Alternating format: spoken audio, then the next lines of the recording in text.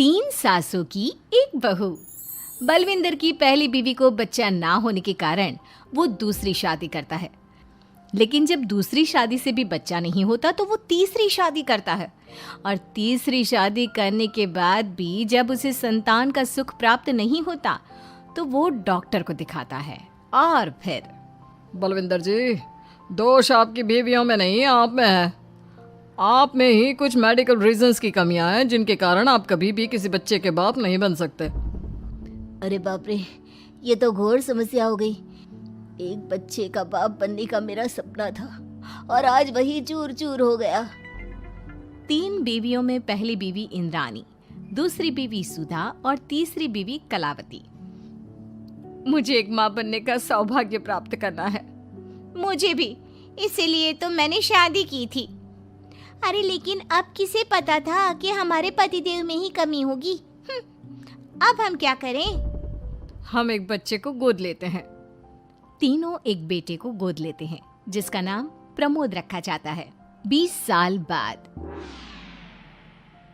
अब तीनों भी बूढ़ी हो चुकी होती हैं। बलविंदर भी बूढ़ा हो चुका था। प्रमोद एक अच्छी नौकरी करता है। उसकी शादी की उम्र हो चुकी थी, इसलिए तीनों माएं प्रमोद की शादी पाखी नाम की एक लड़की से करा देते हैं। शादी के बाद बहू पाखी की पहली रसोई की रस्म की बारी आती है। मेरी प्रिय तीन सासू माओ, आज मेरी पहली रसोई है। बताइए क्या बनाऊं? क्या पसंद है आप तीनों को? बहू तू ना कढ़ाई पनीर, सूजी का हलवा और पुदीने की चटनी बना दे। अरे नहीं नहीं, ये क्या पसंद है। अरे पाखी बहू, तू छोले भटूरे, सरसों दा साग और मक्के दी रोटी बना और पंजाबी लस्सी भी बना दे। ओफो, सच में मेरी सौतन हो, खाने के मामले में तुम्हारा टेस्ट और चॉइस दोनों भी बकवास है। बहू, नॉर्मल सिंपल सात्विक भोजन बना दो और हलवा पूड़ी खीर का भोग चढ़ा दो भगवान को मंदिर में। अरे कैसे तुम दोनों अपनी मनमानी कर रही हो? मैं तुम दोनों से पहले आई थी बलविंदर जी के जीवन में, और तुम दोनों से उम्र में भी मैं बड़ी हूँ। इसका मतलब मैं पाखी बहू की बड़ी सास हुई? नहीं, उम्र बस एक अंक होती है। मैंने सबसे ज़्यादा देखभाल की है प्रमोद की, इसलिए मैं एक सास होने का ज़्यादा हक रखती हूँ। पाखी बहू, तुझे मेरी बात माननी होगी। नहीं, तू मेरी बात मानेगी। जो मैंने कहा है वही तू करेगी।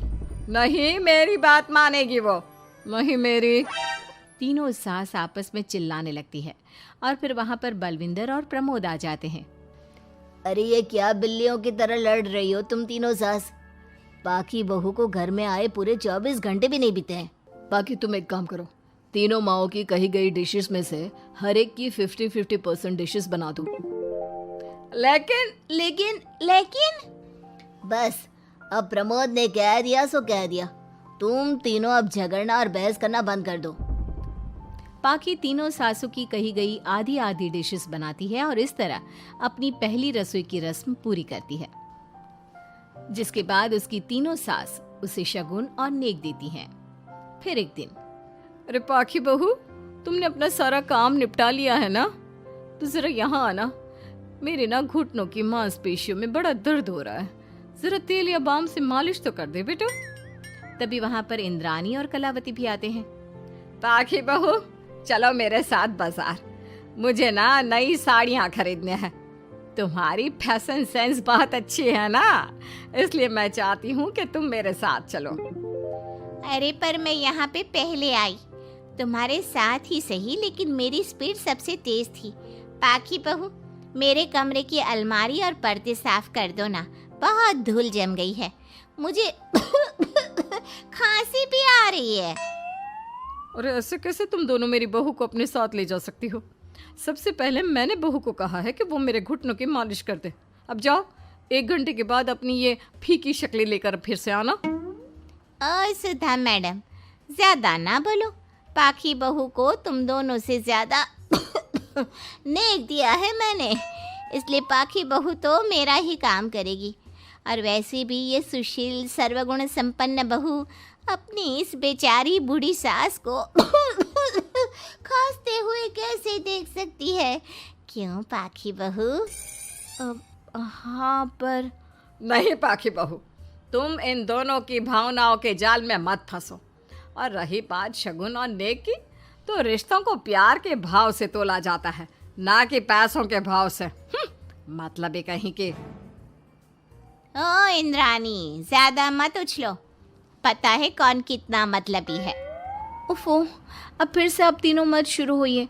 मैं आप तीनों के काम करूंगी, लेकिन बारी बारी। सबसे पहले सुधा सासू माँ का, फिर कलावती सासू माँ और फिर इंद्रानी सासू माँ का। इसके बाद तीनों सासों में फिर से लड़ाई और कहासुनी छिड़ जाती है। फिर एक दिन जब पाखी घर का किराने का सामान लेने बाहर निकल रही होती है कि तभी, बहू, मुझे ना मेरा पुराना संदूक नहीं मिल रहा, तू आकर ढूंढ देगी क्या? अब ठीक है इंद्रानी सासू माँ। पाखी इंद्रानी के कमरे में जा ही रही होती है कि तभी उसे सुधा रोक लेती है, हाथ में खूबसूरत साड़ी लिए। पाखी बहू, ये मेरे ना साड़ी पर पिछली बार अचार गिर गया था, इसे प्लीज अच्छे से धो देना। वो कल शाम को विमला जी के बेटे की शादी में जाना है ना, एक ही बार पहनी है ये साड़ी मैंने। अभी धो देगी तो कल तक अच्छे से सूख जाएगी और कड़क इस्त्री करके मैं तेरा परफ्यूम मार कर शादी में जाऊंगी।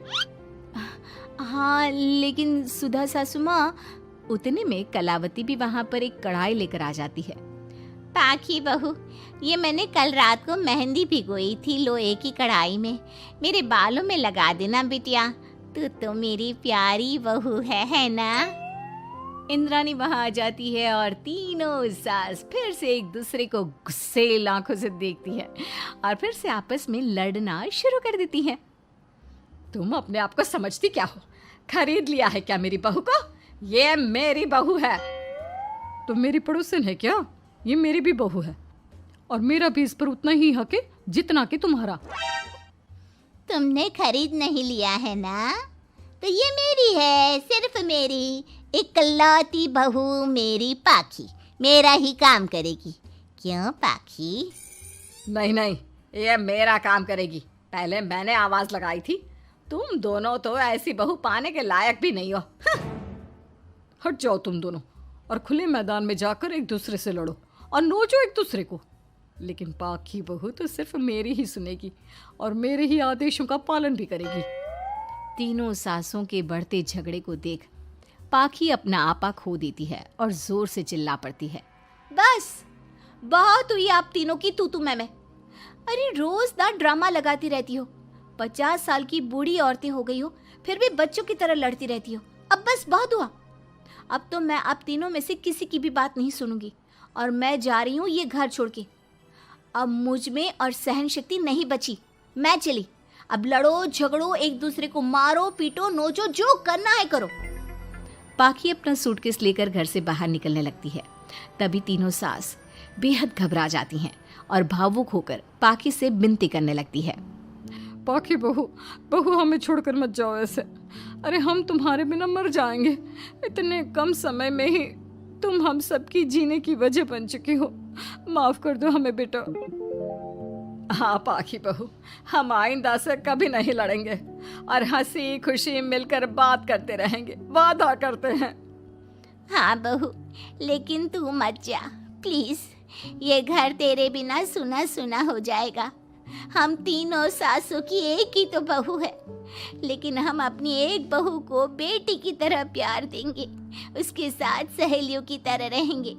लड़ाई झगड़ा सब कुछ छोड़ देंगे बेटा, लेकिन तू छोड़ के मत जा। अपनी तीनों सासों को भावुक देखकर पाखी की भी आंखें भर आती है और वो उन तीनों को माफ कर देती है और उनके गले लग जाती है। इसके बाद तीनों सास अपनी एक बहू संग खुशी से मिलजुल कर रहती हैं और आपस में जरा भी लड़ाई झगड़े नहीं करती।